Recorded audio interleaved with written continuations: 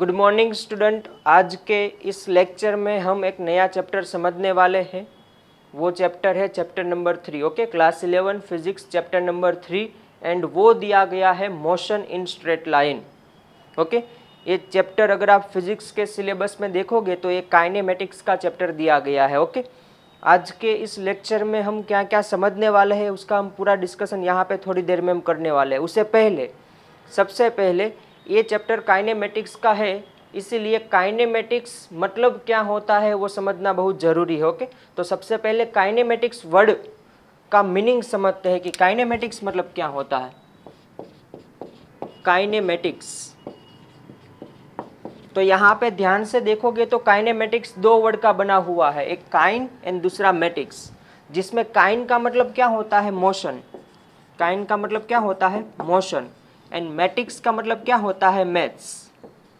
तो कहने का मतलब ये है कि मोशन के टाइम पे जो मैथ्स लगता है वो स्टडी को हम क्या बोलते हैं काइनेमेटिक्स। कोई भी ऑब्जेक्ट अगर मोशन में होता है एंड ड्यूरिंग डेट मोशन उसके ऊपर जो मैथ्स अप्लाई होता है वो स्टडी को हम क्या बोलते हैं काइनेमेटिक्स बोलते हैं। तो दूसरा क्वेश्चन ऐसा है कि हमारे फिजिक्स के सिलेबस में कौन कौन सी मोशन के बारे में हमें स्टडी करना है, मतलब मोशन कितनी टाइप्स की है एंड कौन कौन सी मोशन के बारे में हमें स्टडी करना है। तो आपके सिलेबस में 3 टाइप की मोशन दी गई है। उसमें सबसे पहली मोशन ये है कि motion in one dimension, 1D motion in one dimension. जो चैप्टर नंबर 3 दिया गया है वो पूरा यही है, मोशन इन वन डायमेंशन, जिसको हम दूसरी लैंग्वेज में बोलते हैं लीनियर मोशन। क्या बोलते हैं लीनियर मोशन, या फिर हम फिजिक्स की लैंग्वेज में रेक्टिलिनियर मोशन भी बोलते हैं। क्या बोलते हैं रेक्टिलिनियर मोशन। ओके, तो ये हुई वन डायमेंशन की बात। अगर कोई ऑब्जेक्ट स्ट्रेट लाइन में ट्रैवल होता है, कोई ऑब्जेक्ट स्ट्रेट लाइन में ट्रैवल करता है, कोई एक डायमेंशन में ट्रैवल करता है, तो वो मोशन को हम क्या बोलते हैं मोशन इन वन डायमेंशन। ये चैप्टर में हम यही मोशन के बारे में डिस्कशन करने वाले हैं पूरा डिटेल में। ओके, दूसरा होता है motion in two dimension. Motion in two dimension ऐसा कब होता है जब ऑब्जेक्ट सर्कुलर पाथ में मूवमेंट करता है, जब ऑब्जेक्ट सर्कुलर पाथ में मूवमेंट करता है। फॉर एग्जांपल देखो यहाँ पे ये सर्कुलर पाथ है, यहाँ पे एक ऑब्जेक्ट है। ओके, वो यहाँ से आगे मूव कर रहा है। तो यहाँ पे अगर आप ध्यान से देखोगे तो आपको पता चलेगा कि जैसे ऑब्जेक्ट आगे बढ़ रहा है तब वो दोनों डायरेक्शन में ट्रैवल कर रहा है, आगे भी ट्रैवल कर रहा है एंड ऊपर भी जा रहा है। यहाँ पे देखो वो एक्स एक्सिस में भी ट्रैवल कर रहा है और वाई एक्सिस में भी ट्रैवल कर रहा है, ये आगे भी जा रहा है और साथ में ऊपर भी जा रहा है। तो ऐसी मोशन को हम क्या बोलते हैं टू डायमेंशनल मोशन। क्या बोलते हैं टू डायमेंशनल मोशन। ओके, तो ये हुआ मोशन इन टू डायमेंशन। जब कोई ऑब्जेक्ट सर्कुलर पाथ में मोशन करता है तो वो मोशन का होता है टू डायमेंशन में मोशन। ओके, थर्ड नंबर है motion in 3 dimension. Motion in 3 dimension, ये मोशन की बारे में हम फिजिक्स में बहुत ज़्यादा नहीं पढ़ने वाले हैं, ये आता है केमिस्ट्री में। केमिस्ट्री में कैसे मैं आपको समझाता हूँ। फॉर एग्जांपल एटमॉस्फेयर में जितने भी गैसेस होते हैं वो सारे गैसेस एटमॉस्फेयर में रैंडमली तीनों डायरेक्शन में मूवमेंट करते हैं। वो एक्स डायरेक्शन में भी मूवमेंट करते हैं, वाई डायरेक्शन में भी मूवमेंट करते हैं एंड जेड डायरेक्शन में रैंडमली मूवमेंट करते हैं। यही गैस की मूवमेंट को हम क्या बोलते हैं मोशन इन 3D। ओके, यहाँ पे क्या आता है movement of gases in atmosphere. Movement of gases in atmosphere ये कौन सी मोशन होती है 3 डायमेंशनल मोशन होती है। ओके, तो इतनी मोशन हम हमारे फिजिक्स के सिलेबस में पढ़ने वाले हैं, जिसमें ये वाले चैप्टर में हम सिर्फ लीनियर रेक्टिलिनियर मोशन के बारे में ही बात करने वाले हैं। अभी क्या समझना है, सबसे पहले समझना ये है कि अगर आपको काइनेमेटिक्स समझना पड़ता है, अगर आपको काइनेमेटिक्स समझना है तो उसके लिए आपको थोड़े बहुत उसके वेरिएबल समझने होंगे। काइनेमेटिक्स जिस वेरिएबल के ऊपर डिपेंडेड है वो वेरिएबल के बारे में आपको पता होना चाहिए। अगर वो वेरिएबल के बारे में आपको पता है तो आप काइनेमेटिक्स को बहुत इजीली स्टडी कर सकते हो। ओके, तो चलो सबसे पहले वो वेरिएबल के बारे में ही डिस्कशन कर लेते हैं कि कौन कौन से वेरिएबल के ऊपर काइनेमेटिक्स डिपेंड है। उसमें सबसे पहला वेरिएबल है जो आपको स्टडी करना है वो है डिस्टेंस, उसके बाद में है डिस्प्लेसमेंट, उसके बाद में क्या है डिस्प्लेसमेंट, ओके। उसके बाद में है वेलोसिटी, उसके बाद में क्या है वेलोसिटी, उसके बाद में स्पीड, बाद में आपको पढ़ना है एक्सीलरेशन, और at the end of lecture, जब लेक्चर खत्म होने आएगा तब हम थोड़ा बहुत इंट्रोडक्शन करेंगे जर्क के बारे में, ओके। तो इतने वेरिएबल है, अगर ये सारे वेरिएबल के बारे में अगर आप स्टडी करते हो तो आप काइनेमेटिक्स को बहुत इजीली समझ सकते हो। काइनेमेटिक्स मतलब ये सारे वेरिएबल का बना हुआ एक डिपार्टमेंट, उसको हम क्या बोलते हैं काइनेमेटिक्स, ओके। चलो आज के इस लेक्चर में हम कौन कौन से वेरिएबल के बारे में डिस्कशन करने वाले हैं। आज के इस लेक्चर में हम डिस्टेंस एंड डिस्प्लेसमेंट के बारे में डिटेल में समझने वाले हैं, एंड स्पीड एंड वेलोसिटी के बारे में थोड़ा बहुत बेसिक इंट्रोडक्शन करेंगे आज के इस लेक्चर में, ओके। उसमें सब डिवीजन भी होता है। फॉर एग्जांपल वेलोसिटी है तो वेलोसिटी सब डिवाइड होती है। वेलोसिटी दो टाइप्स की होती है, एक एवरेज वेलोसिटी होती है और इंस्टेंटेनियस वेलोसिटी भी होती है। समझ में आया कि नहीं? वेलोसिटी भी दो टाइप्स की होती है, स्पीड भी दो टाइप्स की होती है, ये भी एवरेज स्पीड भी होती है और यहाँ पे इंस्टेंटेनियस स्पीड भी होती है, ओके। तो चलो सबसे पहले हम समझते हैं डिस्टेंस एंड डिस्प्लेसमेंट के बारे में, ओके।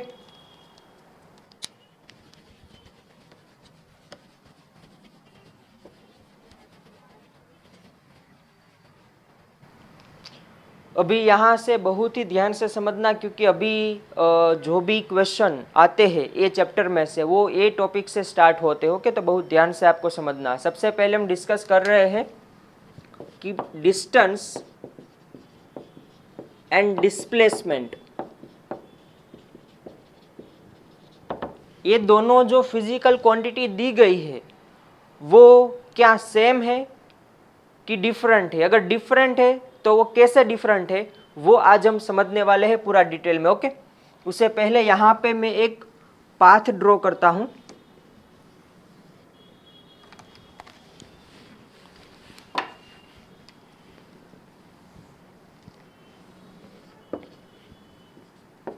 जीरो 1 2 3 4 5 6 7 ये मीटर में दिया गया है, ओके। ये सारा डिस्टेंस किस में दिया गया है? मीटर में दिया गया है। फॉर एग्जाम्पल इनिशियली एक ऑब्जेक्ट ए पोजीशन पे है, उसके बाद में वो बी पोजीशन पे जाता है, उसके बाद में वो सी पोजीशन पे जाता है, उसके बाद में वो डी पोजीशन पे आता है, ओके। ये है ए बी सी डी, वो है position of an object, object की पोजीशन दी गई है, ओके। चलो अभी बहुत ध्यान से समझना, हमें समझना है डिस्टेंस एंड डिस्प्लेसमेंट में क्या डिफरेंस है।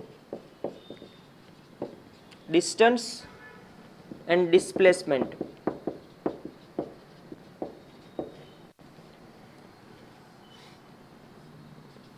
सबसे पहले डिस्टेंस की बात करें तो डिस्टेंस क्या है?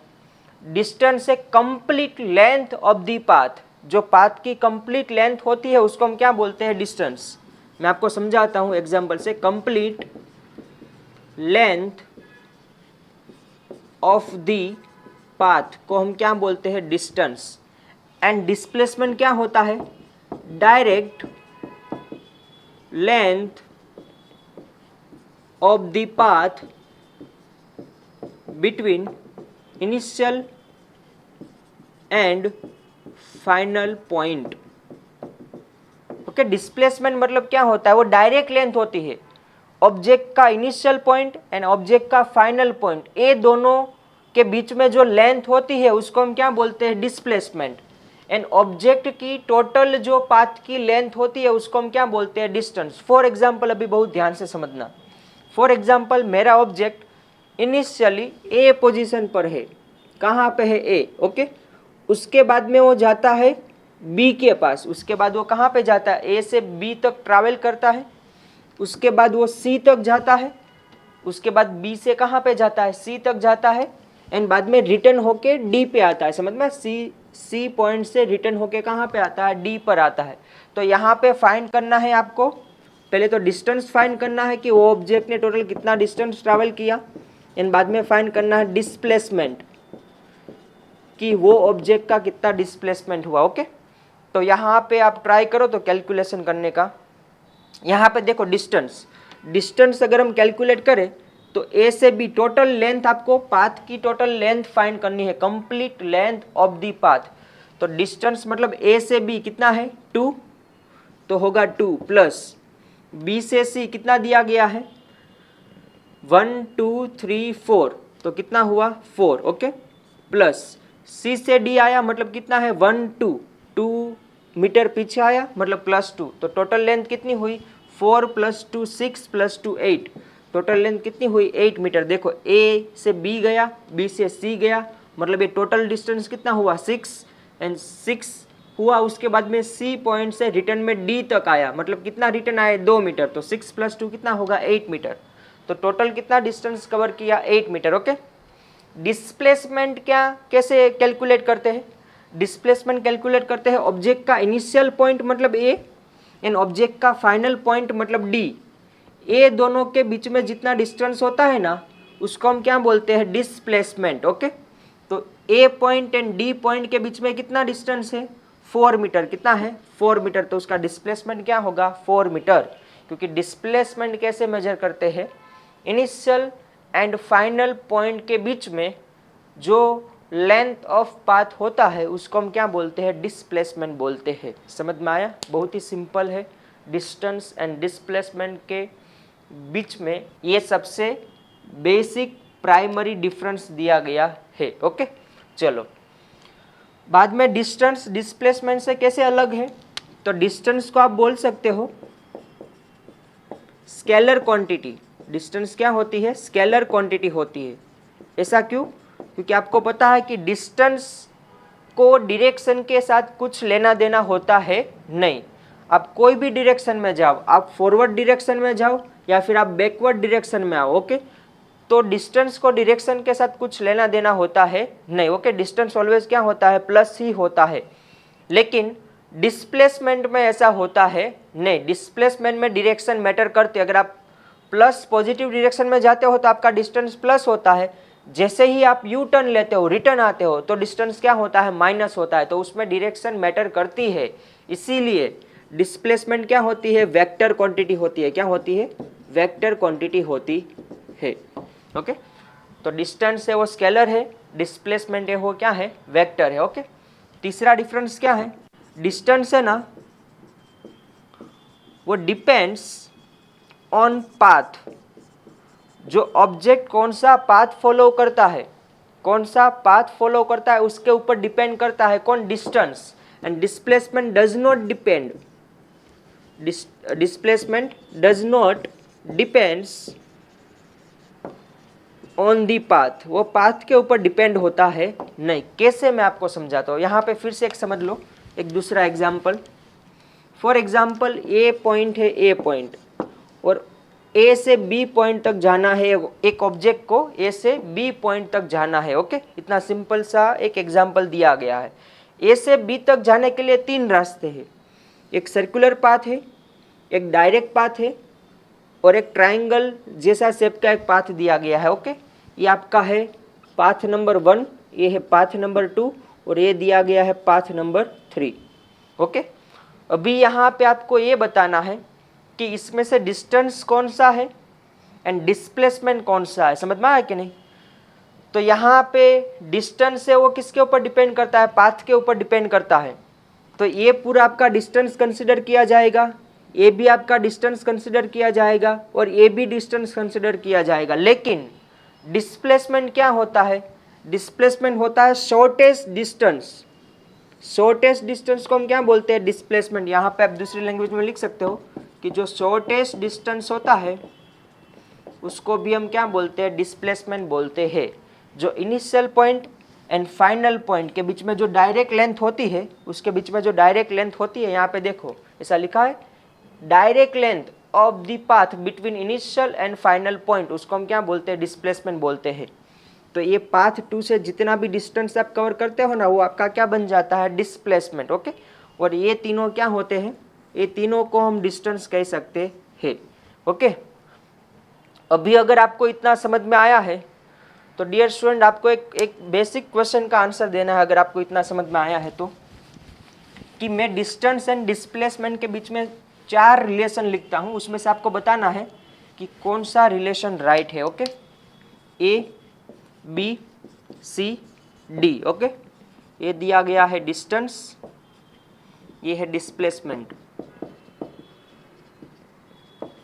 ये है डिस्टेंस, ये है डिस्प्लेसमेंट। ओके, ये है डिस्टेंस और ये है डिस्प्लेसमेंट, ये डिस्टेंस और ये है डिस्प्लेसमेंट। ओके, अभी यहाँ पे देखो 4 रिलेशन दिया गया, distance is equal to displacement, distance is greater than displacement, distance greater और इक्वल देन डिस्प्लेसमेंट, कि distance is less than displacement. ये 4 रिलेशन दिया गया है, उसमें से आपको बताना है कि उसमें से कौन सा रिलेशन राइट है, कौन सा रिलेशन राइट है। यहाँ पे अगर आप देखोगे तो भी आपको पता चलेगा कि डिस्टेंस ऑलवेज डिस्प्लेसमेंट के इक्वल होता है।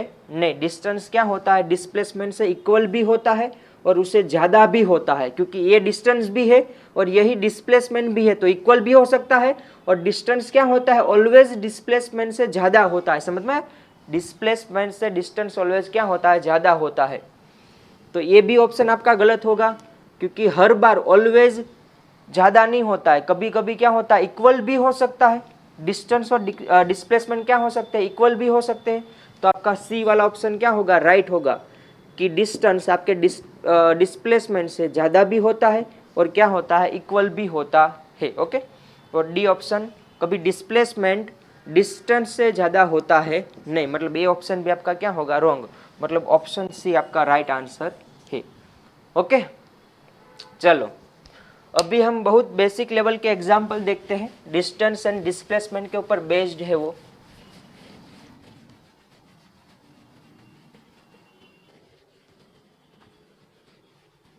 चलो फॉर एग्जाम्पल आपको एक ऐसा एग्जाम्पल दिया गया है कि एक ऑब्जेक्ट है जो ए से लेके बी तक पोजीशन पे जाता है। ओके, ए से बी तक जाता है एंड वो ए से बी तक जाने का रास्ता है सर्कुलर पाथ। वो कौन सा रास्ता है, एक सेमी सर्कुलर पाथ है, सर्कुलर नहीं है, क्या है, सेमी सर्कुलर पाथ आपको दिया गया है। ओके, एंड वो सेमी सर्कुलर पाथ की आपको रेडियस दी गई है आर। कितनी दी गई है, आर। तो आपको फाइंड करना है ratio of distance upon displacement, ratio of distance upon displacement. Okay, तो यहाँ पे अगर आप ध्यान से देखोगे तो आपको पता चलेगा कि ये ऑब्जेक्ट का डिस्टेंस क्या होता है, जो सेमी सर्कुलर पाथ की जो पेरीमीटर होती है वही उसका क्या होता है, डिस्टेंस। तो पूरे सर्कल की पेरीमीटर कितनी होती है, 2 पाई आर। तो सेमी सर्कल की पेरीमीटर कितनी होती है, पाई आर। तो यहाँ पे डिस्टेंस कितना होगा, डिस्टेंस कितना होगा, पाई आर। ओके, डिस्प्लेसमेंट कितना होगा, जो डायरेक्ट लेंथ होती है, जो initial point and final point को जो ज्वाइंट करती है, वो लेंथ को हम क्या बोलते हैं, डिस्प्लेसमेंट। तो अगर ये आर दिया गया है तो ये भी कितना होगा, आर। तो ये पूरा डिस्टेंस कितना होगा, 2r। जो डायमीटर होगी वही उसका क्या होगा, डिस्प्लेसमेंट। ओके, तो यहाँ पे डिस्प्लेसमेंट कितना होगा, डिस्प्लेसमेंट इज इक्वल टू क्या होगा, 2r। ओके, तो यहाँ पे रेशियो रखो तो डिस्प्लेसमेंट है पाई आर एंड डिस्टेंस है 2r, तो आर आर कैंसल, तो रेशियो क्या मिलेगा, पाई बाई 2। रेशियो क्या मिलेगा, पाई बाई 2। ओके, दूसरा आपको एक क्वेश्चन दिया गया है, फॉर एग्जांपल एक आपको क्यूब दिया गया है,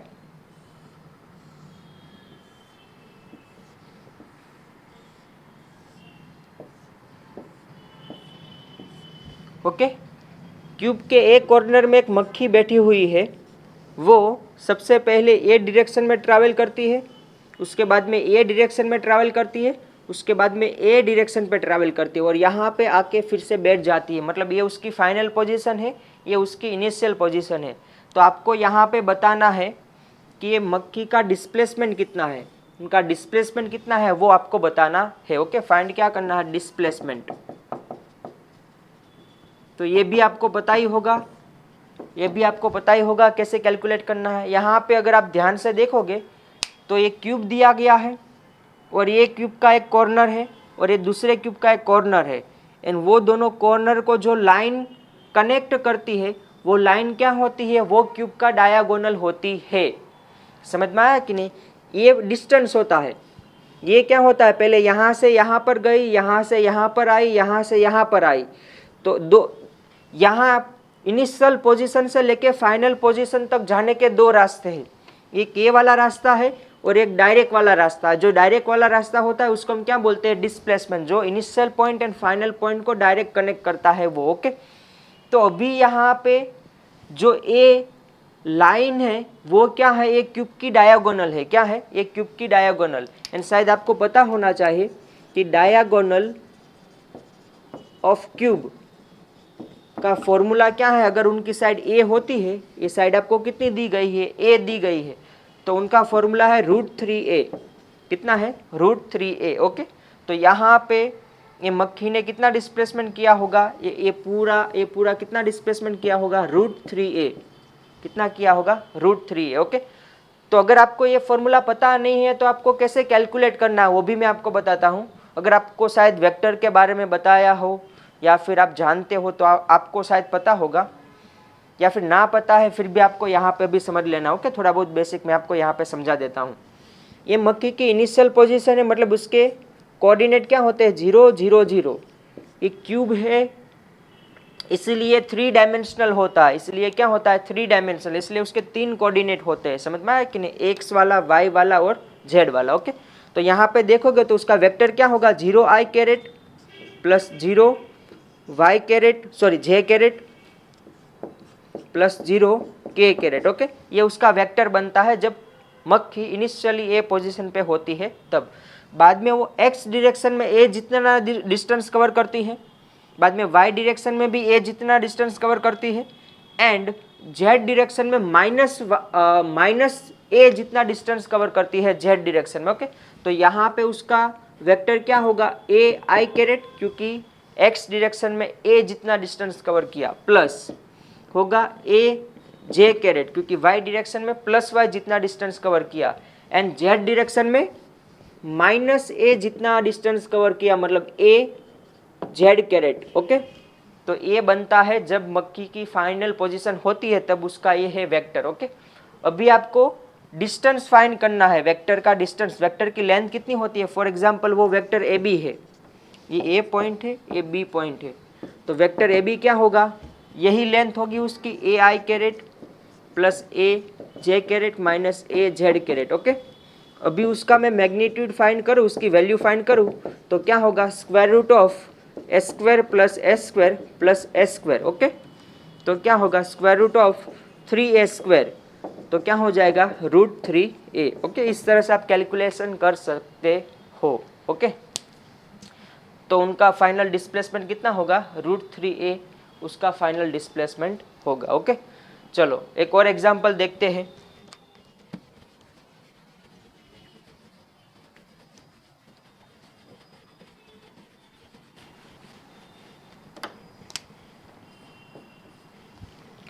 अभी देखो, फॉर एग्जांपल एक ऑब्जेक्ट सर्कुलर पाथ में मूवमेंट कर रहा है। ओके, एक ऑब्जेक्ट सर्कुलर पाथ में मूवमेंट कर रहा है, वो ऑब्जेक्ट इनिशियल यहाँ पे है, ऑब्जेक्ट की इनिशियल पोजीशन यहाँ पे है। ओके, एंड बाद में वो 1/4 ऑफ सर्कल जितना डिस्टेंस कवर करता है, मतलब इतना डिस्टेंस वो कवर करता है। समझ में आया, एक ऑब्जेक्ट है जो सर्कुलर पाथ में मूवमेंट कर रहा है और वो इनिशियल पोजीशन से 1/4 ऑफ सर्कल जितना डिस्टेंस कवर करता है। ओके, मतलब ये हुई उसकी इनिशियल पोजीशन, ये हुई उनकी फाइनल पोजीशन। आपको यहाँ पे फाइंड करना है डिस्प्लेसमेंट, कि वो ऑब्जेक्ट का डिस्प्लेसमेंट कितना होता है वो आपको फाइंड करना है। ओके, यहाँ पे देखो ये है सर्कल का सेंटर। ओके, ये क्या है, सर्कल का सेंटर, तो यहाँ से ये ज्वाइन करोगे तो ये दोनों क्या है, सर्कल की रेडियस, ये दोनों क्या है, सर्कल की रेडियस, वो r दी गई है। समझ में आया कि नहीं, और ये क्या होता है, वो ऑब्जेक्ट का डिस्प्लेसमेंट, जो final point and initial point को जो कनेक्ट करता है वो ऑब्जेक्ट का क्या होता है, डिस्प्लेसमेंट। ओके, अभी मुझे ये फाइंड करना है। अगर आप यहाँ पे ध्यान से देखोगे तो आपको पता चलेगा कि जो यहाँ पे जो एंगल बनता है वो 90 डिग्री होता है, इसीलिए ये जो AOB ट्राइंगल है वो कौन सा है, राइट एंगल ट्राइंगल है। ओके, एंड ए बी उसमें क्या होता है, वो राइट एंगल ट्राइंगल का हाइपोटेनियस होता है। तो आप इजीली फाइंड कर सकते हो कि A B square is equal to क्या होता है, R square plus R square. तो A B square is equal to क्या होता है, 2r स्क्वायर। ओके, तो A B is equal to क्या होता है, √2r। A B is equal to क्या होता है, √2r। ओके, तो ए ऑब्जेक्ट का डिस्प्लेसमेंट कितना होता है, √2r जितना होता है। ओके, इतना समझ में आया। फॉर एग्जाम्पल आपको ऐसा दिया गया हो दूसरा क्वेश्चन में कि वो ऑब्जेक्ट सर्कुलर पाथ में ही मूवमेंट कर रहा है, उनकी इनिशियल पोजीशन यहाँ पे है, बाद में वो हाफ सर्कल जितना डिस्टेंस कवर करता है, समझ में आया, मतलब यहाँ तक वो डिस्टेंस कवर करता है, एंड बाद में आपको फाइंड करने को बोला है कि ये ऑब्जेक्ट का डिस्प्लेसमेंट कितना होता है। तो यहाँ पे भी आप बहुत इजीली फाइंड कर सकते हो कि जो ए एंड बी के बीच में जो डायरेक्ट लेंथ होती है वही उसका क्या होता है, डिस्प्लेसमेंट होता है। ओके, तो ये उसका क्या होगा, डिस्प्लेसमेंट। ये डिस्टेंस कितना होता है वो आपको पता है, ये है डायामीटर ऑफ सर्कल, एंड वो कितनी होती है, r प्लस r, मतलब कितना होता है, 2r। ओके, तो उसका डिस्प्लेसमेंट कितना होगा, 2r। डिस्प्लेसमेंट कितना होगा, 2r। ओके, बहुत सिंपल क्वेश्चन है। अभी एक थर्ड नंबर का जो केस दिया गया है वो आपको खुद से ट्राई करना है।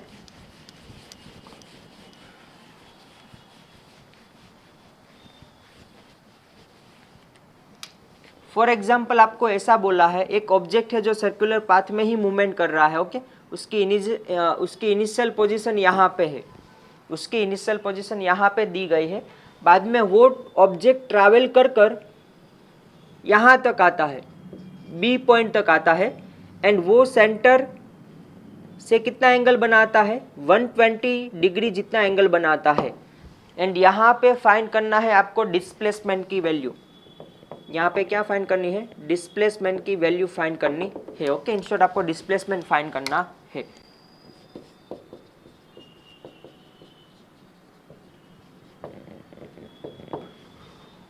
अभी ये क्वेश्चन आपको खुद से ट्राई करना है, पॉज कर कर, बाद में मैं आपको सॉल्व करवाता हूँ कि कैसे ये क्वेश्चन सॉल्व करना है। ओके, चलो अभी हम सॉल्व करते हैं।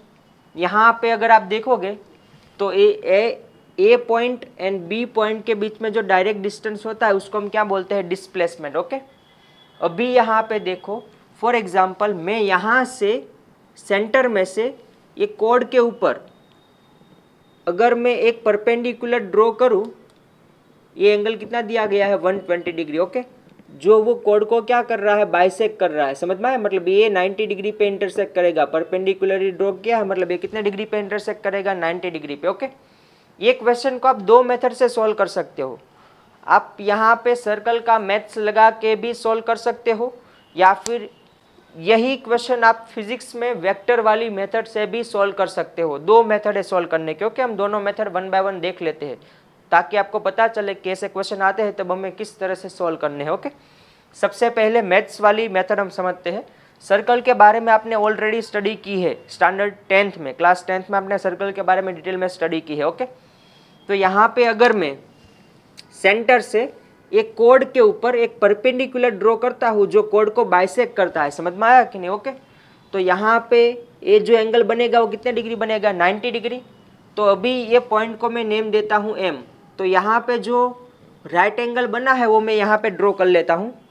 ऐसा राइट एंगल बना गया है OMA। ओके, ये कितना दिया गया है, 90 डिग्री। ओके, समझ में आया कि नहीं। ये डिस्टेंस कितना है R, ये डिस्टेंस कितना है R, एंड ये एंगल कितना होता है, पूरा 120 है, तो ये कितना होता है, 60 डिग्री। तो ये भी कितना होगा, 60 डिग्री। ओके, अभी आपको फाइंड करना है AM फाइंड करोगे तो उसका डबल करोगे तो ये पूरी लेंथ मिल जाएगी, ये भी समझ में आया कि नहीं। ओके, चलो यहाँ पे ये एंगल 60 डिग्री दिया है तो साइन 60 लगाओ, तो यहाँ पे साइन 60 इज इक्वल टू क्या होता है, ऑपोजिट अपॉन हाइपोटेनियस। क्या होता है, ऑपोजिट अपॉन हाइपोटेनियस। ऑपोजिट मतलब क्या होता है, AM अपॉन हाइपो मतलब क्या होता है, AO। ओके, तो साइन 60 की वैल्यू कितनी होती है, √3/2 इज इक्वल टू AM आपको फाइंड करना है, AO आपको दिया गया है R। ओके, तो AM इज इक्वल टू क्या होगा, √3R/2।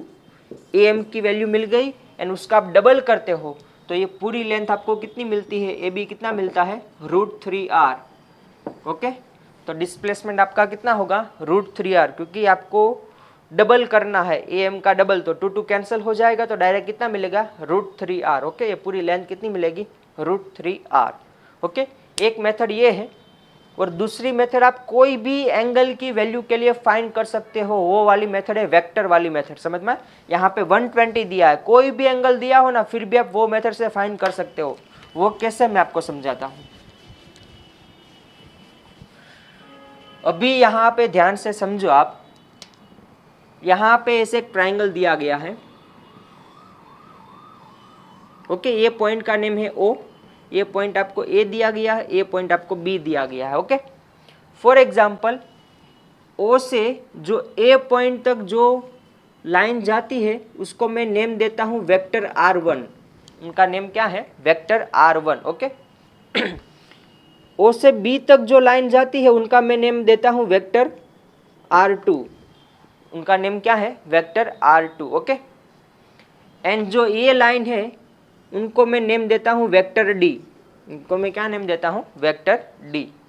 अभी आपने थोड़ा बहुत वेक्टर समझा होगा तो आपको पता होगा कि अगर कोई एक वेक्टर R1, यहाँ पे R1 दिया गया है, वेक्टर कौन सा दिया गया है R1। ओके, उसके हेड के साथ अगर कोई दूसरा वेक्टर ज्वाइंट होता है, एंड जब ज्वाइंट होता है तब हेड के साथ जब दूसरे वेक्टर की टेल वहाँ पे कनेक्ट होती है तो वो दोनों वेक्टर को क्या होता है, ऐड होता है, वो दोनों वेक्टर क्या होता है, ऐड होता है। ओके, एंड बाद में उसका जो रिजल्टेंट वेक्टर होता है, उसका जो रिजल्टेंट वेक्टर होता है वो पहले वाले वेक्टर के टेल के साथ मिलता है एंड दूसरे वाले वेक्टर के हेड के साथ मिलता है। मतलब रिजल्टेंट वेक्टर क्या मिलता है, R2।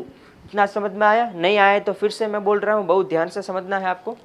एक वेक्टर दिया गया है R1, अगर R1 के साथ कोई दूसरा वेक्टर उसके हेड के टेल के साथ कनेक्टेड है तो उनका जो रिजल्टेंट वेक्टर होता है ना, वो पहले वाले वेक्टर के टेल के साथ कनेक्टेड होता है एंड दूसरे वाले वेक्टर के हेड के साथ कनेक्टेड होता है।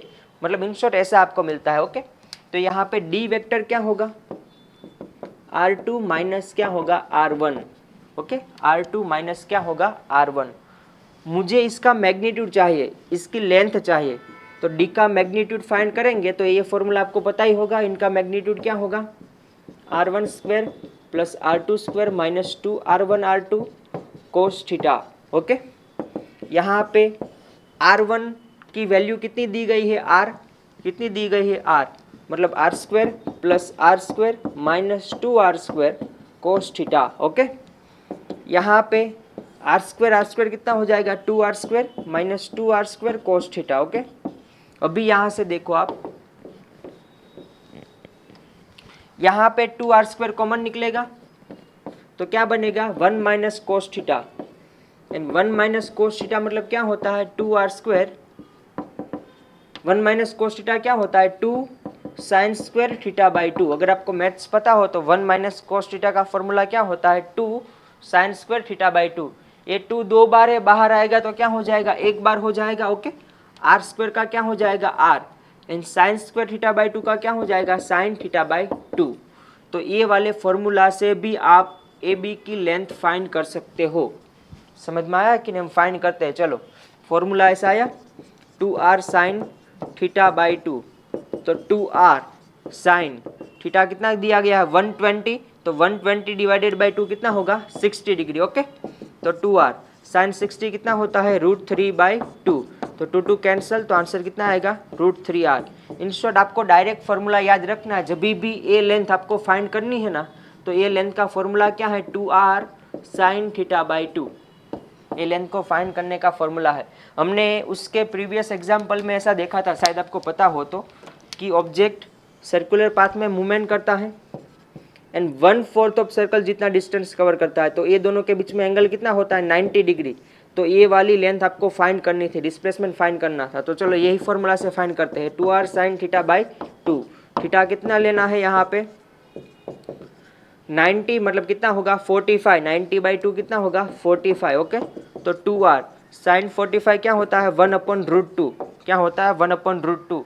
तो 2 डिवाइडेड बाई √2 कितना होता है, √2। तो आंसर कितना आता है, √2R। ओके, यही आंसर तब हमारा आया था। ओके, तो इस तरह से ऐसे सारे एग्जाम्पल आप सोल्व कर सकते हो। ये फॉर्मूला याद रख कर, ओके। वरना अगर आपको सर्कल के बारे में पता है सब कुछ, सर्कल का मैथ्स अगर आपको आता है तो यहाँ पे मैथ्स वाली मेथड भी यूज़ करके आप फाइंड आउट कर सकते हो, ओके। हमें चाहिए क्या, ये लेंथ चाहिए, कैसे भी आप फाइंड करो, ओके। ये लेंथ की वैल्यू मेजरमेंट आपको कैसे भी करके फाइंड करना है, ओके। चलो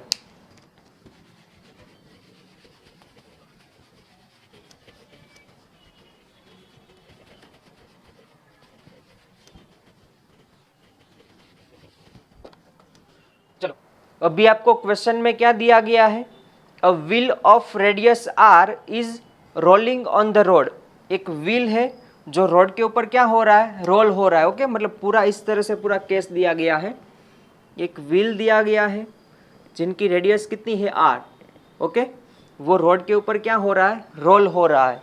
बाद में दिया है what will be the displacement of a point P in half rotation of wheel. यहाँ पे एक पॉइंट दिया गया है P, तो हाफ रोटेशन के बाद, हाफ रोटेशन के बाद वो P पॉइंट का डिस्प्लेसमेंट क्या होगा वो हमें क्या करना है, फाइंड करना है, ओके। तो सबसे पहले आपको यहाँ पे नीचे 4 ऑप्शन दिए गए हैं, उसमें A दिया गया है पाई आर, B दिया गया है, C दिया गया है, D दिया गया है। B कितना दिया गया है, R ब्रैकेट में पाई स्क्वायर प्लस 2, बाद में C दिया गया है R ब्रैकेट में पाई स्क्वायर प्लस 4 एंड D आपको दिया गया है R। D कितना दिया गया है, R, ओके। ये 4 ऑप्शन आपको दिए गए हैं, आपको खुद से ट्राई करना है। ये 4 ऑप्शन में से कौन सा ऑप्शन राइट है ये आपको बताना है कि हाफ रोटेशन के बाद P का डिस्प्लेसमेंट कितना होगा, ओके। चलो अभी हम सॉल्व करते हैं। अगर आपने ट्राई किया होगा तो लगभग मोस्ट ऑफ स्टूडेंट का आंसर आया होगा या फिर पाई आर या फिर 2R आया होगा, जो ऑप्शन में नहीं दिया है। कोई स्टूडेंट का आंसर आया होगा पाई आर या फिर कोई स्टूडेंट का आंसर आया होगा 2R। वो कैसे आया हूँ मैं बता देता हूँ। आपने ऐसा सोचा होगा कि P पॉइंट की इनिशियल पोजीशन ये है, ओके। हाफ रोटेशन के बाद P पॉइंट कहाँ पे चला आएगा, नीचे। तो उसने डिस्टेंस कितना कवर किया, हाफ रोटेशन के बाद ये व्हील आगे जाता है तो हाफ रोटेशन के बाद वो यहाँ पे आता है, समझ में। तो ये डिस्टेंस जितना है, ये जो डिस्टेंस है सेमी सर्कल का डिस्टेंस, उतना डिस्टेंस वो व्हील आगे गया होगा हाफ रोटेशन में, समझ में आया कि नहीं। तो टोटल कितना डिस्टेंस कवर किया, ये सेमी सर्कल की पेरीमीटर कितनी होती है पाई आर, क्योंकि पूरे सर्कल की होती है 2 पाई आर एंड तो सेमी सर्कल की कितनी होती है पाई आर, ओके। इसलिए आपका आंसर पाई आर आया होगा, लेकिन एक्चुअल में ऐसा होता है नहीं, ओके। आंसर क्या आता है हम समझते हैं। चलो अभी ये व्हील को हाफ रोटेट करवाते हैं। हाफ रोटेट होने के बाद वो व्हील फॉर एग्जांपल यहाँ पे आता है, हाफ रोटेशन के बाद वो व्हील फॉर एग्जांपल यहाँ पे आता है, तब ये P पॉइंट की पोजीशन कहाँ पे होती है, नीचे, क्योंकि हाफ रोटेशन के बाद वो कहाँ पे आता है, नीचे आता है, ओके। अभी ये उनकी इनिशियल पोजीशन है, ये उनकी फाइनल पोजीशन है, तो डिस्प्लेसमेंट क्या होता है, final position and initial position को अगर आप कनेक्ट करते हो एंड जो डायरेक्ट लेंथ मिलती है उसको हम क्या बोलते हैं, डिस्प्लेसमेंट बोलते हैं, ओके। ये लेंथ को हम L नेम दे देते हैं, क्या देते हैं, L, ओके।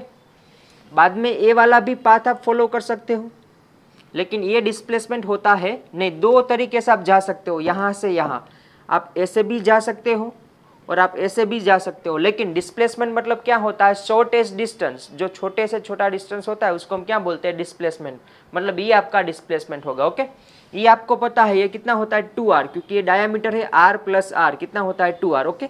ये डिस्टेंस भी आपको पता है, कैसे, ये डिस्टेंस भी आपको पता है कैसे, क्योंकि ये डिस्टेंस मतलब कितना होता है, जब सर्कल हाफ रोटेट होता है, जब सर्कल हाफ रोटेट होता है तब ये जो डिस्टेंस होता है वही डिस्टेंस ये होता है। मतलब ये डिस्टेंस कितना होता है, पाई आर, सेमी सर्कल की जो पेरीमीटर होती है वही डिस्टेंस ये होता है, ओके।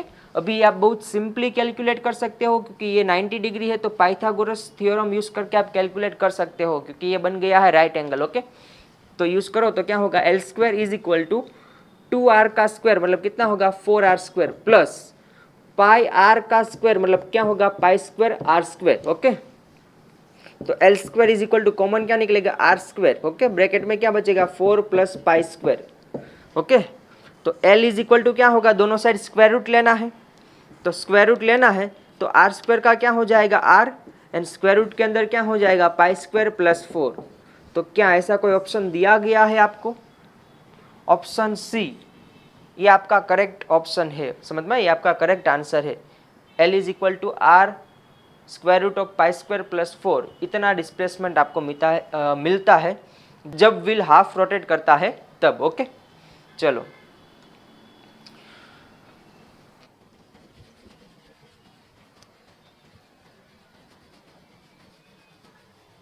ओके, अभी बहुत ध्यान से समझना डियर स्टूडेंट। अभी हमें समझना है स्पीड एंड वेलोसिटी के बारे में।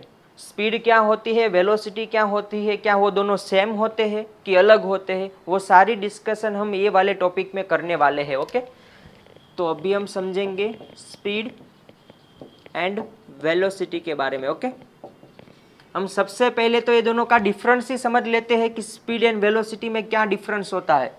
तो यहाँ पे हम लिखते हैं स्पीड और यहाँ पे हम लिखते हैं वेलोसिटी। ओके, चलो सबसे पहला डिफरेंस क्या, तो कि स्पीड को हम कैसे डिफाइन करते हैं।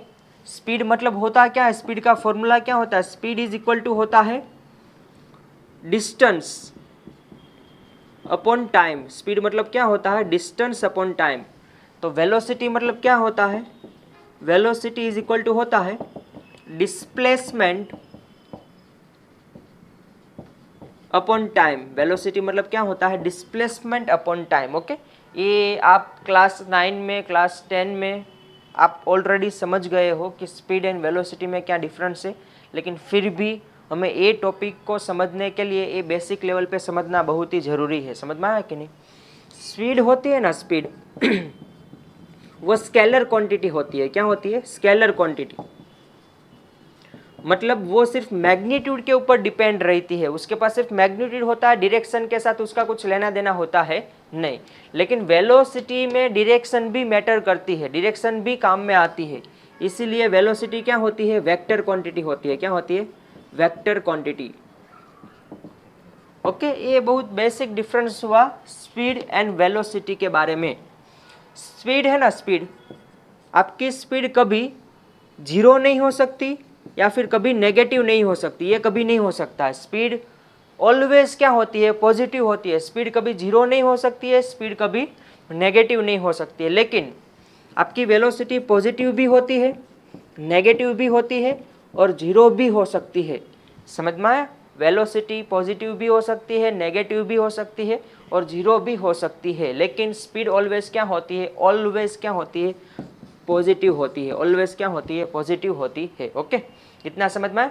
अभी स्पीड एंड वेलोसिटी में हमें क्या मेनली समझना है कि स्पीड कौन कौन से टाइप्स की होती है एंड वेलोसिटी कौन कौन से टाइप्स की होती है, ये समझना है। 3 बेसिक लेवल पे डिफरेंस है स्पीड एंड वेलोसिटी के। ओके, जिसके बारे में आपको पता होना चाहिए। ओके, अभी स्पीड 2 टाइप्स की होती है।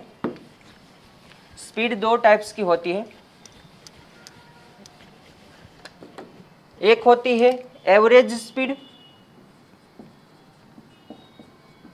जिसका फॉर्मूला है total distance upon total time. जिसका फॉर्मूला क्या है, total distance upon total time. Okay, and दूसरी स्पीड होती है इंस्टेंटेनियस स्पीड। दूसरी क्या होती है, इंस्टेंटेनियस स्पीड। उसका मतलब क्या होता है, मैं आपको समझाता हूँ, बहुत ध्यान से समझना। इंस्टेंटेनियस स्पीड मतलब क्या होता है। फॉर एग्जाम्पल, मैं अभी आपको एक वीडियो बनाकर दे रहा हूँ, तो आप रिव्यू में क्या कहोगे कि ओवरऑल वीडियो अच्छा था। उसका मतलब क्या होता है कि एवरेज आपका वीडियो क्या था, अच्छा था। वो मैंने क्या बोला, एवरेज स्पीड के बारे में बात की, मतलब एवरेज आपका वीडियो अच्छा था। बाद में मैं दूसरा क्वेश्चन ऐसा पूछता हूँ, क्या हर जगह पे वीडियो अच्छा था, तो आप क्या बोलोगे, ये जगह पे बहुत अच्छा था, ये जगह पे अच्छा था, ये जगह पे बुरा था।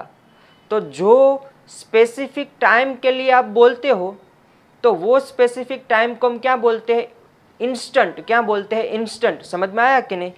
एंड जो जिस स्पेसिफिक टाइम के लिए आप स्पीड मेजर करते हो, वो स्पेसिफिक टाइम की स्पीड को हम क्या बोलते हैं, इंस्टेंटेनियस स्पीड। क्या बोलते हैं, instantaneous speed.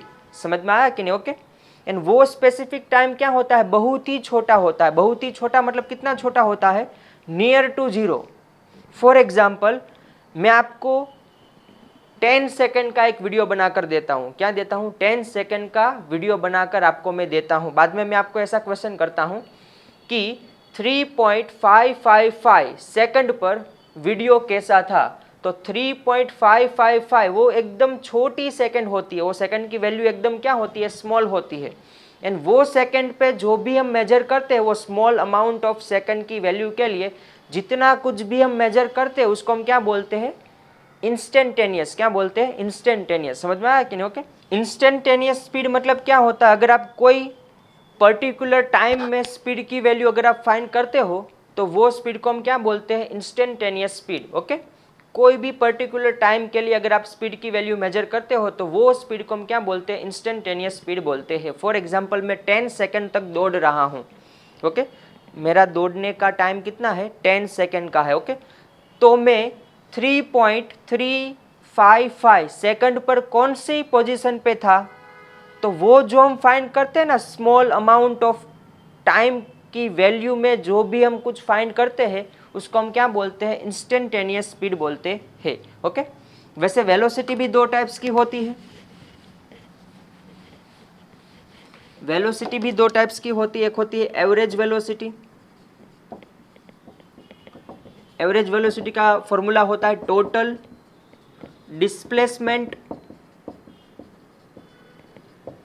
Upon total time. Total displacement upon total time. Okay. Total displacement को हम क्या कहते हैं?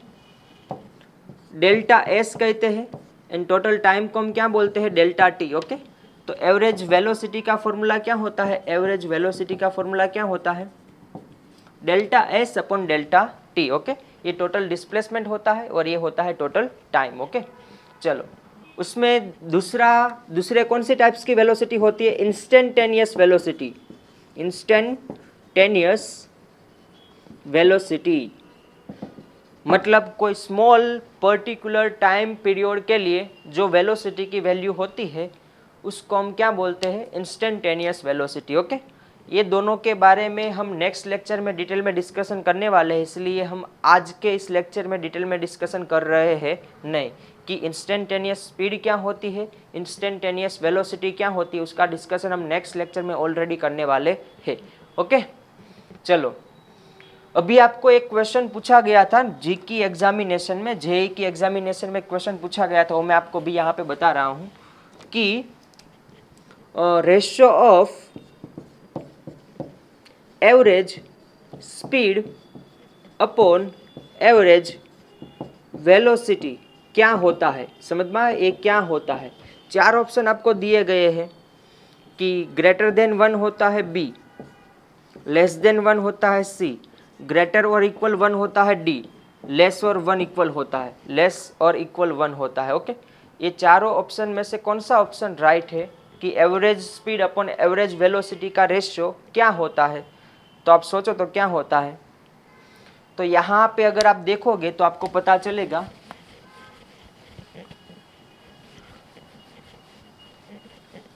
कि एवरेज स्पीड का फॉर्मूला क्या होता है कि total distance upon total time. Okay. तो स्पीड में क्या आता है? डिस्टेंस आता है, total distance. And average velocity में क्या आता है? टोटल डिस्प्लेसमेंट अपॉन क्या आता है? Total time. ओके। इतना समझ में आया? एवरेज वेलोसिटी में क्या आता है? Total displacement upon total time. मतलब वेलोसिटी में आता है डिस्प्लेसमेंट, तो डिस्टेंस एंड डिस्प्लेसमेंट में बड़ा कौन होता है? डिस्टेंस। तो स्पीड क्या होती है? बड़ी compare to velocity. Okay. And equal भी हो सकती है। इक्वल कब होती है? जब डिस्टेंस एंड डिस्प्लेसमेंट दोनों इक्वल होता है, तब वेलोसिटी एंड स्पीड भी क्या होता है? इक्वल। मतलब इन शॉर्ट ये रेशियो क्या मिलेगा? ग्रेटर और इक्वल 1 मिलेगा। समझ में? या तो 1 होगा, 1 कब होगा? जब दोनों की वैल्यू सेम होगी। सेम कब होगी? जब डिस्टेंस एंड डिस्प्लेसमेंट सेम होगा। समझ में? एंड ग्रेटर देन 1 कब होगा? जब डिस्टेंस की वैल्यू डिस्प्लेसमेंट से ज़्यादा होती है, तब आपको ये रेशो क्या मिलता है? ग्रेटर देन 1 मिलता है। तो आंसर क्या आएगा? ग्रेटर और इक्वल 1। ओके। चलो,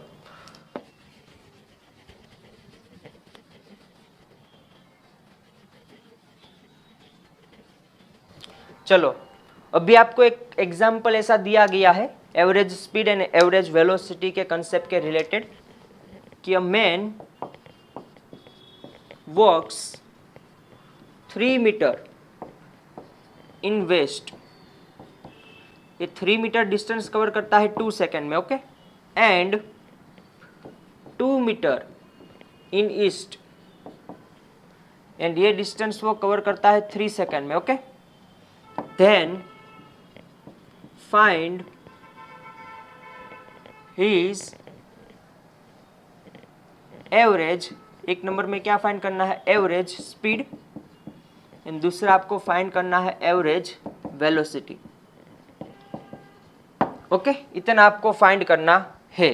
चलो अभी एवरेज स्पीड फाइंड करने का फॉर्मूला क्या है, सबसे पहले हम एवरेज स्पीड फाइंड करते हैं।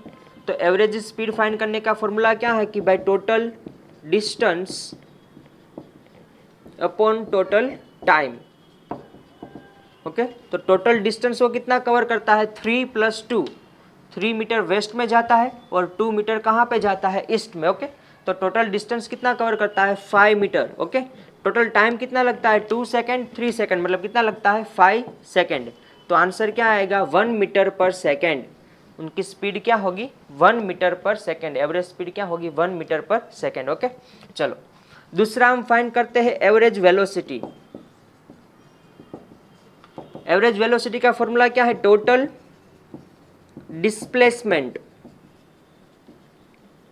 Upon total time.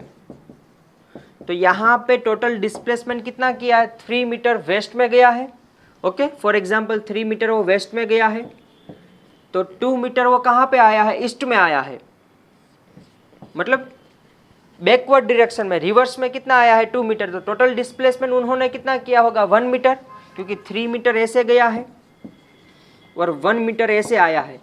तो टोटल डिस्प्लेसमेंट उन्होंने कितना किया होगा, 1 मीटर, कितना किया होगा, 1 मीटर, ओके। तो ये होगा 1 मीटर, और टोटल टाइम तो उन्होंने कितना लगाया है, 3 + 2 कितना लगाया है, 5 सेकेंड। तो आंसर कितना आएगा, 0.2 मीटर पर सेकेंड। तो ये उसकी क्या मिलेगी, एवरेज वेलोसिटी। समझ में आया कि नहीं, इस तरह से हम एवरेज स्पीड या फिर एवरेज वेलोसिटी कैलकुलेट करते हैं, ओके। चलो नेक्स्ट एग्जांपल देखते हैं।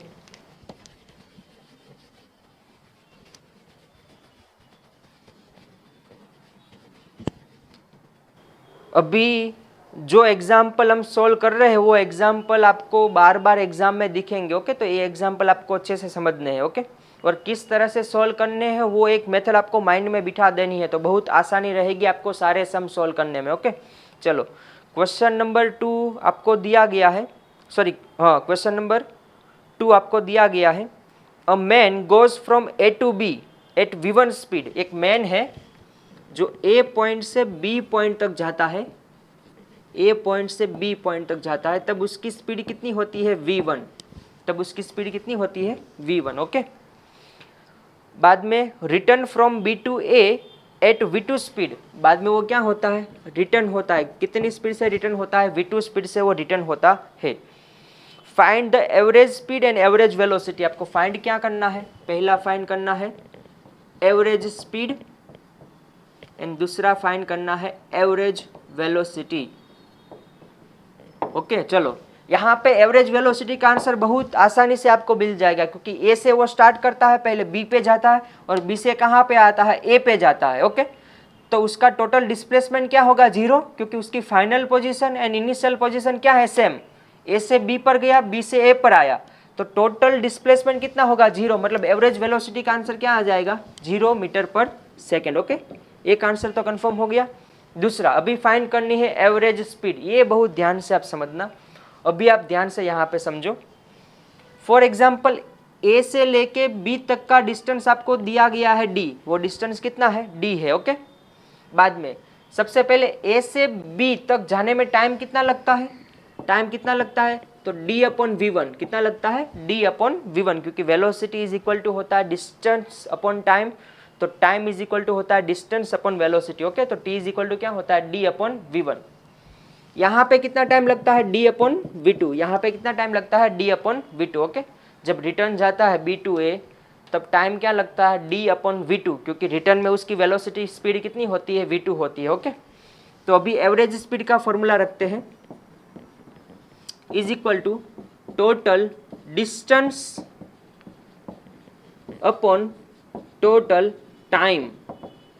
टोटल डिस्टेंस कितना है, ए से बी डी ट्रैवल किया, बी से ए डी ट्रैवल किया, ओके, तो D plus D. Total time, time यहाँ पे कितना है, डी बाई वी वन, और जब रिटर्न में जाता है तब टाइम कितना लगता है, डी बाई वी टू, तब टाइम कितना लगता है, D by V two, okay. ऊपर डी प्लस डी कितना हो जाएगा, टू डी, ये कितना हो जाएगा, टू डी। नीचे डी कॉमन ले लो तो क्या होगा, one upon V one plus one upon V two, okay. इतना समझ में आया कि नहीं। अभी देखो डी डी होगा कैंसल, ओके, डी डी क्या होगा, कैंसल, तो ऊपर बचा टू, नीचे क्या बचा, one upon V one plus one upon V two. नीचे एलसीएम लो तो कितना होगा, V one plus V two and divided by कितना होगा, V one V two. LCM कितना आएगा, वी वन वी टू, लेकिन ये कहाँ पे चला जाएगा, ऊपर वी वन वी टू। तो जो एवरेज स्पीड होगी वो क्या होगी, two V one V two upon V one plus V two, क्या होगी, two V one V two upon V one plus V two. आपको चार ऑप्शन दिए गए होंगे ऐसा, ए बी सी डी। पहला ऑप्शन होगा V one plus V two divided by two, okay. दूसरा ऑप्शन होगा V one V two divided by V one plus V two. तीसरा ऑप्शन होगा V one plus V two divided by two V one V two, और D option होगा two V one V two upon V one plus V two. तो आपका right option क्या होगा, D. समझ में आया कि नहीं। इस तरह से ऑप्शन भी आपको दिए गए होंगे। एवरेज स्पीड फाइंड करनी है तो ये मिस्टेक मत करना कि direct V one plus V two divided by two, ये आंसर आपका रॉन्ग आएगा, ओके। शायद आपको वैल्यू दी है अभी, फॉर एग्जाम्पल आपको ऐसा दिया गया है क्वेश्चन में,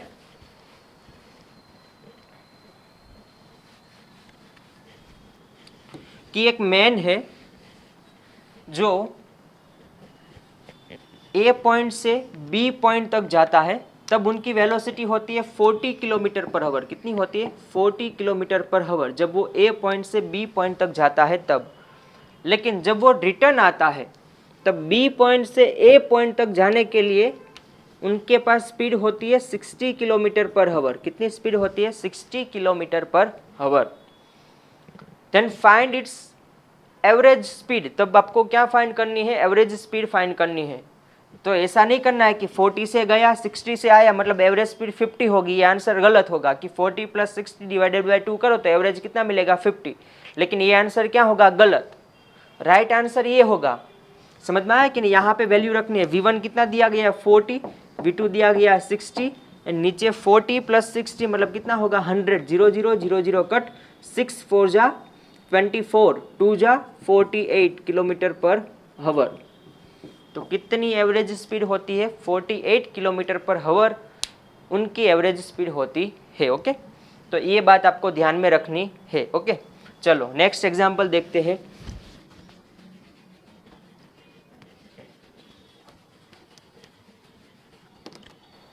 चलो क्वेश्चन नंबर 3 आपको दिया गया है, a man covers half distance at V1 speed. देखो यहाँ पे एक मैन है जो हाफ डिस्टेंस है वो V1 स्पीड से जाता है, and remaining half at V2 speed. And दूसरा हाफ डिस्टेंस कैसे कवर करता है, V2 स्पीड से कवर करता है। तो फाइंड एवरेज स्पीड, तो सेम वाला ही केस हुआ। समझ में, ए पॉइंट से बी पॉइंट तक जाना है। पहला जो हाफ डिस्टेंस डी डिस्टेंस है वो V1 स्पीड से वो जाता है, एंड दूसरा जो हाफ डिस्टेंस होता है वो V2 स्पीड से वो जाता है, ओके। समझ में आया कि नहीं। पहले वाले केस में वो क्या कर रहा था, यहाँ से वो रिटर्न जा रहा था। समझ में आया कि नहीं। ये वाले केस में वो हाफ डिस्टेंस V1 स्पीड से डिस्टेंस कवर कर रहा है और हाफ डिस्टेंस V2 स्पीड से कवर कर रहा है। चलो कोई बात नहीं। सबसे पहले हम फाइंड करते हैं टाइम, कि ये हाफ डिस्टेंस कवर करने में कितना टाइम लगता है। तो डिस्टेंस अपॉन वेलोसिटी मतलब D अपॉन V1 जितना टाइम लगता है, ये हाफ डिस्टेंस कवर करने में कितना टाइम लगता है, D अपॉन V2, ओके। तो फॉर्मूला क्या होता है एवरेज स्पीड का, average speed is equal to क्या होता है, total distance upon total time, okay. Total distance कितना होता है, D प्लस D, ये टोटल डिस्टेंस है, D प्लस D, ये टोटल डिस्टेंस हुआ, ओके। टोटल टाइम, ये टाइम कितना है, D अपॉन V1, और ये टाइम कितना है, D अपॉन V2। तो सेम वाला केस हुआ जो हमने पहले कंसिडर किया था, 1/v1 plus 1/v2। Okay, D D cancel होगा, आंसर क्या आएगा 2/1/v1 प्लस 1/v2। तो फाइनल आंसर क्या मिलेगा 2v1v2 upon v1 plus v2। ये उनकी क्या मिली है एवरेज स्पीड। ओके, समझ में आया कि नहीं? ओके, चलो अभी देखते हैं नेक्स्ट क्वेश्चन। थोड़ा ट्विस्ट किया हुआ है, आपको खुद से पहले ट्राई करना है, बाद में हम सॉल्व करेंगे। ओके,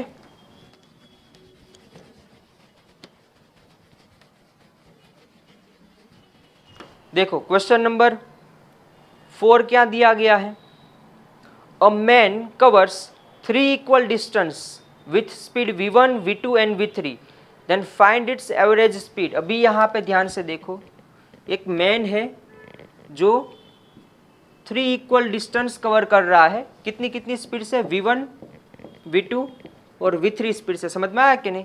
तो आपको क्या फाइंड करना है कि उनकी एवरेज स्पीड क्या होती है। चलो ये भी फाइंड कर लेते हैं, उसकी एवरेज स्पीड क्या होती है। ये डिस्टेंस d दिया गया है, ये भी डिस्टेंस d है और ये भी डिस्टेंस d है, क्योंकि तीनों डिस्टेंस आपको इक्वल दिए गए हैं। ओके, चलो यहाँ पे टाइम कितना लगेगा, यहाँ पे टाइम कितना लगेगा d/v1 is equal to t1। यहाँ पे कितना लगेगा d/v2 is equal to t2। यहाँ पे d/v3 is equal to t3। Average speed का फॉर्मूला क्या होता है, total distance upon total time. Okay, total distance कितना होगा d plus D plus D, d plus D plus D, ये total distance मिलेगा। टोटल टाइम कितना होगा d/v1 plus d/v2 plus d/v3। Okay, ऊपर क्या हो जाएगा 3d, नीचे d कॉमन निकलेगा तो ब्रैकेट में 1/v1 plus 1/v2 plus 1/v3। Okay, चलो अभी सॉल्व करते हैं। डी कैंसिल होगा तो ऊपर क्या बचेगा 3, नीचे क्या होगा 1/v1 plus 1/v2 plus 1/v3। Okay, अभी यहाँ पे देखो 3 नीचे एलसीएम लो तो एलसीएम कितना आएगा v1 v2 v3, वो कहाँ पे जाएगा ऊपर, तो उसको हम ऊपर ही ले लेते हैं v1 v2 v3। ओके, अभी यहाँ पे देखो v1 दिया है, मतलब किसकी कमी है v2 v3 की, तो यहाँ पे क्या आएगा v2 v3। यहाँ पे किसकी कमी है v1 v3, यहाँ पे किसकी कमी है v1 v2। ओके, तो ये क्या मिली एवरेज स्पीड। जब आप 3 equal distance v1 v2 v3 speed से कवर करते हो तो आपको एवरेज स्पीड क्या मिलती है, ये मिलती है 3v1 v2 v3 अपन v2 v3 v1 v3 और v1 v2। ओके, यहाँ पे v1 की जगह पे आपको कुछ वैल्यू दी गई है, न्यूमेरिकल वैल्यू, तो आपको डायरेक्ट वैल्यू रखकर ही आंसर फाइंड करना है। समझ में, यहाँ पे डायरेक्ट v1 v2 v3 की वैल्यू ही रखनी है तो आपको डायरेक्ट आंसर मिल जाएगा। ओके, इन शॉर्ट आपको इस तरह से आपको सम कैलकुलेट करने हैं। ओके, चलो अभी जो नेक्स्ट क्वेश्चन दिया गया है उसमें थोड़ा ट्विस्ट दिया गया है, वो आप ध्यान से पहले तो खुद से सॉल्व करने की आपको ट्राई करनी है। ओके, उसके बाद में हम सॉल्व करेंगे। आपको खुद से पहले आंसर फाइंड आउट करना है, उसका क्वेश्चन आपको स्क्रीन के नीचे दिखाई दे रहा होगा, खुद से ट्राई करनी है। ओके,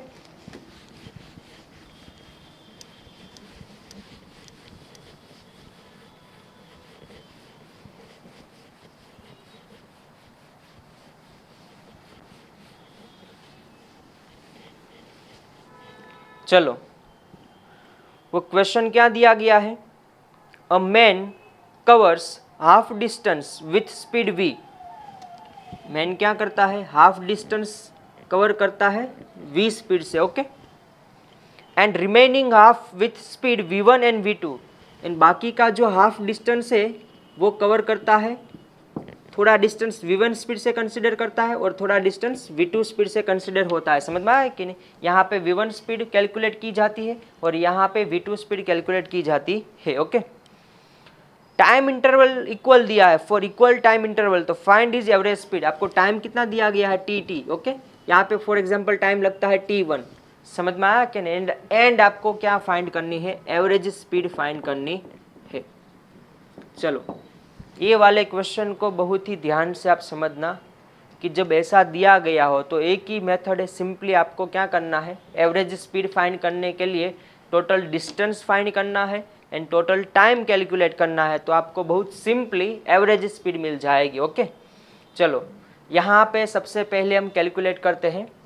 यहाँ पे कितनी स्पीड है, हाफ डिस्टेंस तक स्पीड कितनी दी गई है v, उनके लिए फॉर एग्जाम्पल टाइम कितना लगता है t1, हमने रखा है टाइम कितना रखा है t1। ओके, रिमेनिंग जो हाफ डिस्टेंस है उसमें थोड़ा डिस्टेंस v1 स्पीड से वो कवर करता है एंड थोड़ा डिस्टेंस वो v2 स्पीड से वो कवर करता है। ये दोनों डिस्टेंस इक्वल है ऐसा दिया गया है नहीं, लेकिन टाइम इंटरवल इक्वल है ऐसा दिया गया है। ओके, तो यहाँ पे इतना डिस्टेंस कैसे आपको मिलेगा, तो आपको पता है स्पीड इज इक्वल टू क्या होता है, डिस्टेंस अपॉन टाइम, तो डिस्टेंस इज इक्वल टू क्या होता है, speed multiply by time. Okay, तो ये वाला फॉर्मूला है यहाँ पे यूज करेंगे। तो यहाँ पे डिस्टेंस, ये डिस्टेंस कितना होगा v1t और ये डिस्टेंस कितना होगा v2t, तो टोटल डिस्टेंस कितना होगा v1t प्लस v2t। ओके, तो यहाँ पे कॉमन क्या निकलेगा v1 plus v2, time common निकल जाएगा, समझ में आया कि नहीं, d, तो t इज इक्वल टू क्या मिलेगा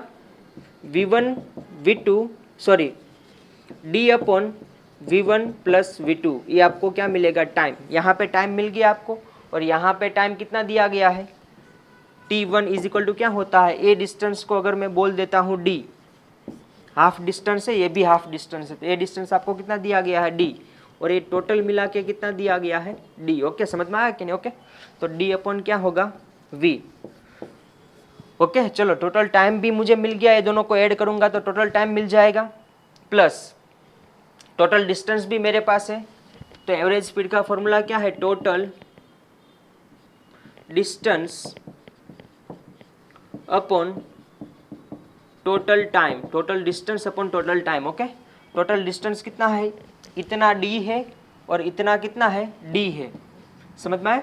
टाइम कितना है, ये पहले वाले हाफ डिस्टेंस का टाइम कितना है d अपॉन v, प्लस दूसरे वाले हाफ डिस्टेंस का टोटल टाइम कितना है t प्लस t, मतलब कितना है 2t, समझ में आया कि नहीं, वो टाइम कितना दिया गया है t प्लस t, मतलब कितना होता है 2t। ओके, तो यहाँ पे d प्लस d 2t, तो t की जगह पे यहाँ पे वैल्यू मिल गई, कितनी है d upon v1 plus v2। Okay, तो वैल्यू आपको वहाँ पे रख देनी है।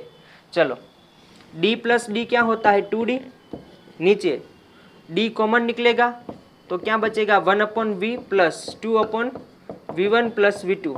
ओके, dd क्या होगा cancel, 2 upon 1 upon v plus 2 upon v1 plus v2, इतना हुआ कंप्लीट।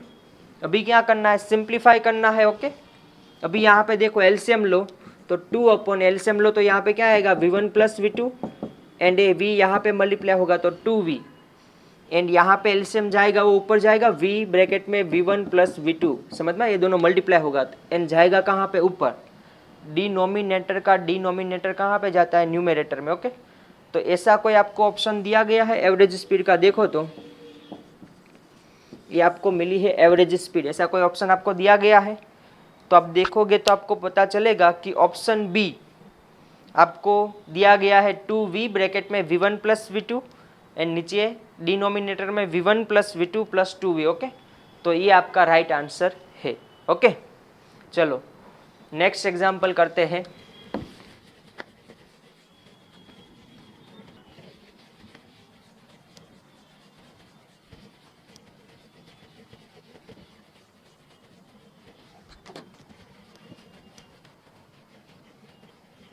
ओके, चलो अभी नेक्स्ट एग्जाम्पल देखते हैं, क्वेश्चन नंबर 6। ये क्वेश्चन भी बहुत इम्पोर्टेंट क्वेश्चन है, इम्पोर्टेंट इन द सेंस कि समझने जैसा क्वेश्चन है, समझ में आया कि नहीं। A bus covers half distance at speed v, okay, and remaining half at speed v1 for 1/3 of time and v2 for 2/3 of time, then find the average speed of the bus. Okay, बहुत ध्यान से समझो, पहले question को ध्यान से समझना। एक बस है जो पहला हाफ डिस्टेंस है वो v स्पीड से ट्रैवल करती है, पहला हाफ डिस्टेंस कितने स्पीड से ट्रैवल करती है v स्पीड से। ओके, दूसरा जो हाफ डिस्टेंस दिया गया है मतलब वो ए पॉइंट से उनको जाना है बी पॉइंट तक। ओके, दूसरा जो हाफ डिस्टेंस दिया गया है वो 2 स्पीड से वो कवर करती है। उसमें 1/3 ऑफ टाइम के लिए वो v1 स्पीड से जाती है और 2/3 ऑफ टाइम के लिए वो जाती है v2 स्पीड से। समझ में आया कि नहीं? समझ में आया? 1/3 ऑफ टाइम को मैं ले लेता हूँ t/3, मतलब t/3। 1/3 ऑफ टाइम मतलब क्या होता है? t/3। एंड 2/3 ऑफ टाइम मतलब होता है 2/3t। समझ में? मतलब 2t/3। ओके, चलो ये पूरा आपको दिया गया है सिनारियो क्वेश्चन का। ओके, अभी आपको सॉल्व करना है। फॉर एग्जांपल ये डिस्टेंस ट्रैवल करने में उनको टाइम लगता है t1। ओके, आपको फाइंड क्या करनी है? Average speed. वही same to same average speed का फॉर्मूला क्या होता है? Total distance upon total time. Total distance upon total time. Okay, चलो तो सबसे पहले डिस्टेंस, ये डिस्टेंस आपको कितना दिया गया है? d। ये डिस्टेंस भी आपको कितना दिया गया है? d, क्योंकि दोनों हाफ डिस्टेंस है। Okay, d। यहाँ पे टाइम कितना लगता है? t1 is equal to time कितना लगता है? d/v। टाइम कितना लगता है? d/v जितना। ओके, यहाँ पे देखो, यहाँ पे ध्यान से देखना है आपको। ये डिस्टेंस कवर करने में कितना टाइम लगता है पहले तो ये आपको कैलकुलेट करना है। ये डिस्टेंस कितना होता है? पहले इतना जो डिस्टेंस है वो होता कितना है? तो डिस्टेंस इज इक्वल टू क्या होता है? वेलोसिटी मल्टीप्लाई बाय टाइम, मतलब v1 multiply by t/3। v1 multiply by t/3। Okay, ये वाला डिस्टेंस कितना होता है? d इज इक्वल टू क्या होता है? v2 multiply by 2t/3। Okay, तो टोटल डिस्टेंस कितना होगा? टोटल डिस्टेंस कितना होगा? ये होगा v1t/3 और ये होगा 2v2t/3। कॉमन क्या निकलेगा? t कॉमन निकलेगा तो d इज इक्वल टू क्या होगा? v1/3 प्लस 2v2/3 कॉमन क्या निकलेगा? t। ओके, तो t is equal to final क्या मिलेगा? d डिनोमिनेटर में क्या जाएगा? v1/3 plus 2v2/3। ओके, चलो अभी हमारे पास सब कुछ है। आई थिंक टोटल डिस्टेंस कितना है? d plus D. Total distance कितना है? d plus D. Okay, time यहाँ पे कितना है? ये इतना टाइम कितना है? डिस्टेंस कवर करने में टाइम कितना लगता है? d/v। ये पूरा डिस्टेंस कवर करने में टाइम कितना लगता है वो यहाँ पे मिला है, d/v1/3 प्लस 2v2/3। समझ में? इतना टाइम लगता है। चलो सॉल्व करते हैं। ये होता है 2d, d कॉमन निकलता है तो ब्रैकेट में 1/v plus 1/v1/3 plus 2v2/3। Okay, चलो उसके बाद क्या करना है? उसके बाद एलसीएम लेना है। dd कट होगा, ये dd क्या होगा? कैंसल। ओके, उसके बाद में आगे सॉल्व करते हैं।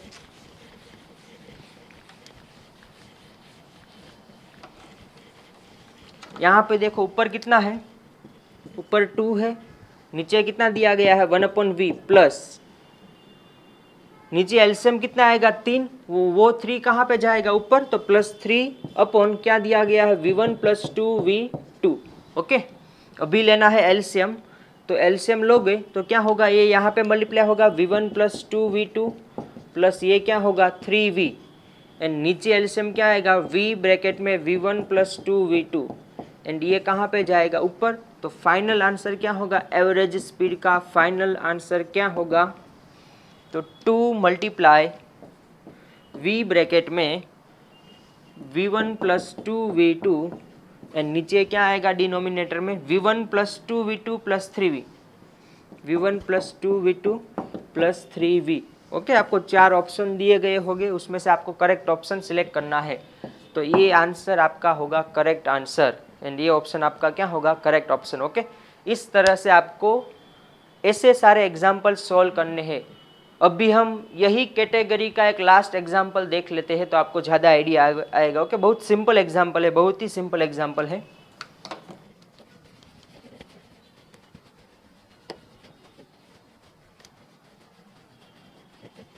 चलो समझो बहुत ध्यान से। अ man covers a distance with speed v1 and v2 in equal time period. एक मैन है जो डिस्टेंस कवर कर रहा है इक्वल टाइम पीरियड में, t और t।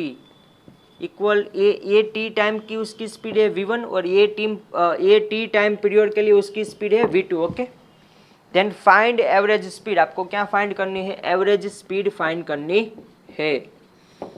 फॉर्मूला क्या होता है? टोटल डिस्टेंस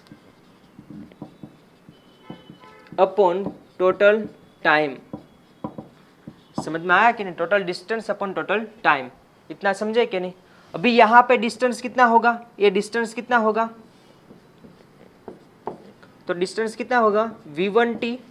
डिस्टेंस कितना होगा? v1t, क्योंकि v is equal to distance upon time होता है, तो डिस्टेंस इज इक्वल टू क्या होता है? Velocity multiply by time. Okay, यहाँ पे डिस्टेंस कितना होगा?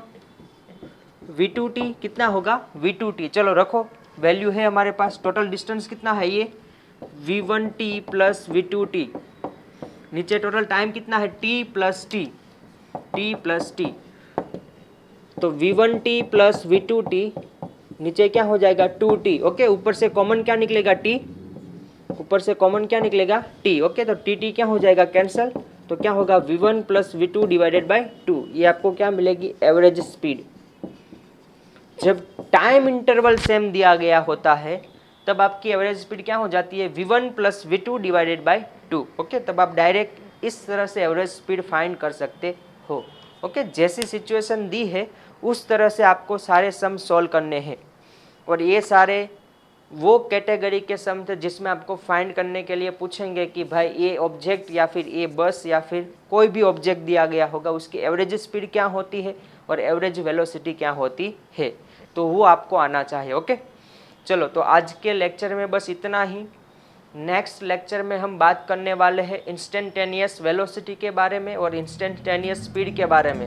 एंड वो टॉपिक समझने के लिए आपको डिफ्रेंशिएशन वाला टॉपिक समझना होगा जो मैथ्स में आता है। समझ में आए? तो आप बेसिक वहाँ पे आपको देखकर नेक्स्ट वाले लेक्चर में आपको आना है। ओके, चलो तो आज का लेक्चर हम यहाँ पे कंप्लीट करते हैं। बेस्ट ऑफ लक और बाय बाय।